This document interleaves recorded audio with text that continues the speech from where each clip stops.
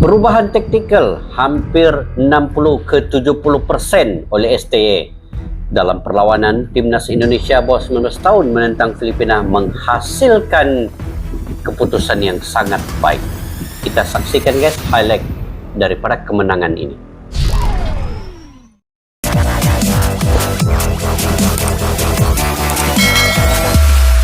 Assalamualaikum dan salam sejahtera. Selamat bertemu kembali di channel Askalani Studio.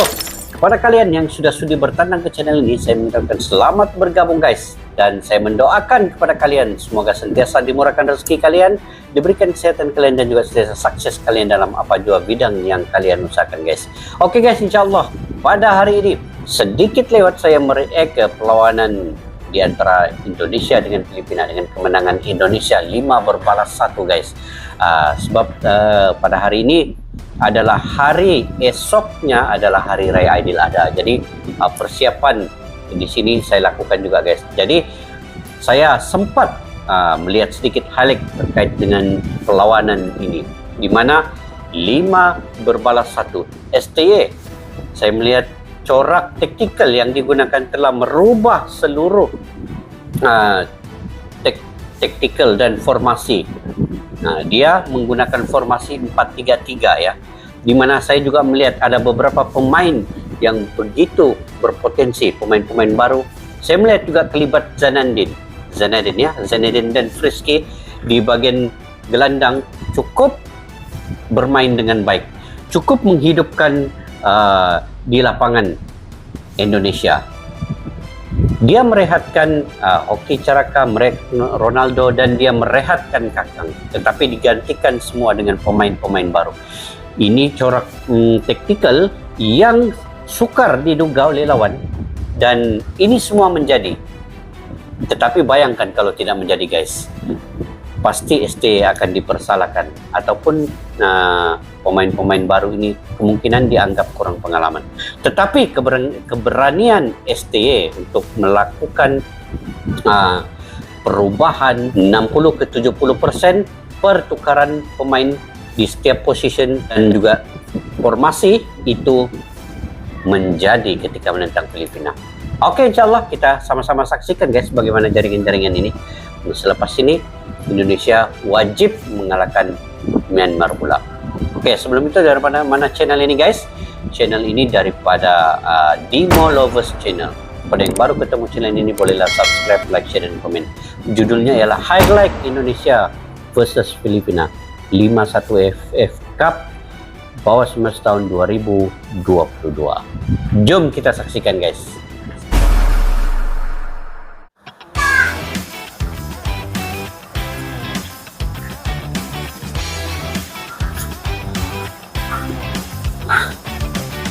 Filipina biru, Indonesia merah.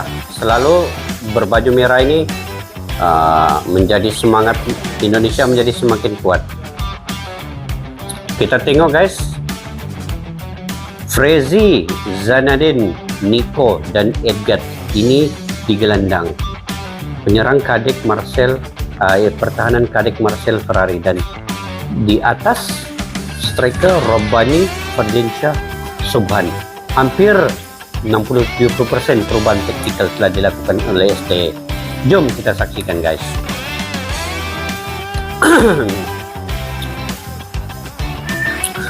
Oh, tinggi ya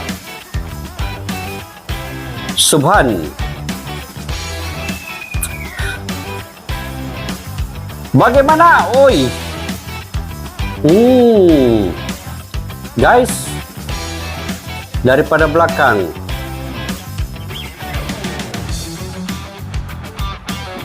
kalau kita melihat serangan demi serangan, ini Zanadin, ini yang penalti guys.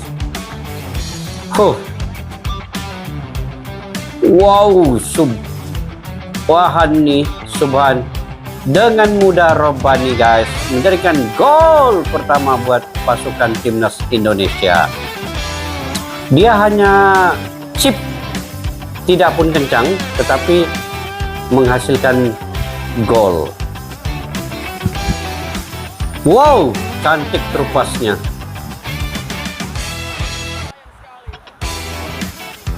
Bagaimana Nico?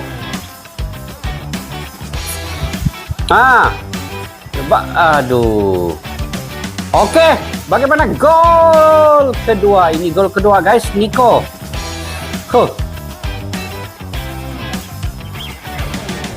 2-0, 2-0 guys, 2-0. Cantiknya. Zenadin, Nico, Rabbani.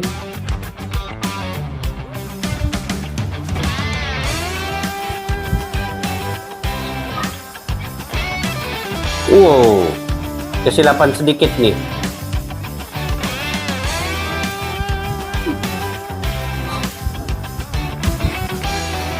Oh,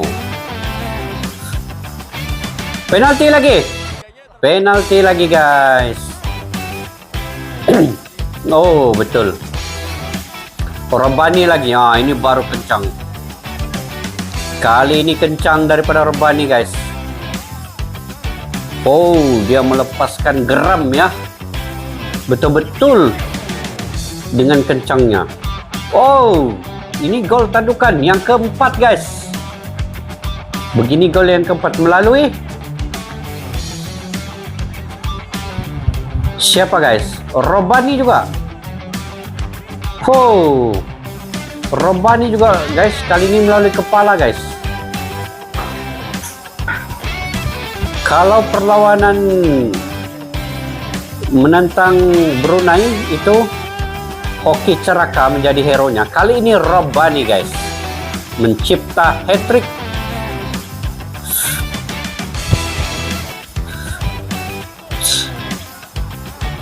Gol lagi. Ini siapa guys? Pemain 20 ini yang memakai jersey 20. Razak. Kencang ya.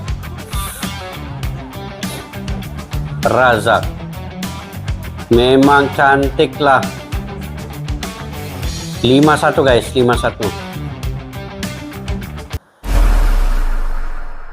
Kemenangan bergaya timnas Indonesia 5-1 dengan Filipina. Formasi yang telah diubah oleh STE hampir 60-70% memasukkan ke semua pemain baru dan merehatkan pemain yang sebelum ini.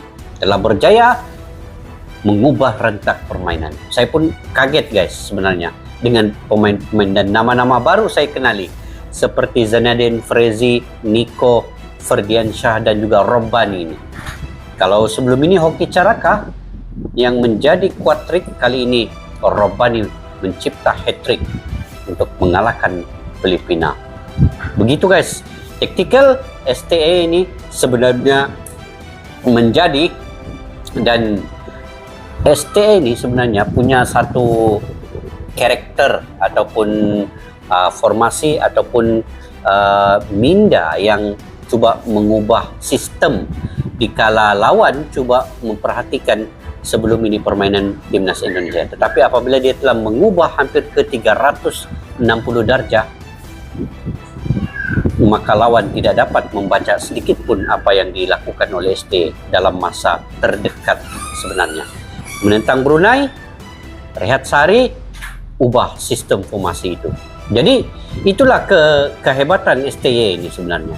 Shin Tae-yong dalam mengendalikan timnas bawah 19, bawah 23 dan bawah dan timnas sendiri. Dan kali ini dia mencorakkan timnas bawah 19 tahun ini. Dan saya yakin guys, bahwa ketika menentang Myanmar nanti, satu lagi formasi baru, taktikal baru akan dicipta oleh STY ini untuk mengekang Myanmar ini. Sebab Myanmar ini lain sedikit permainannya berbanding Filipina. Myanmar ini punya satu permainan yang keras guys.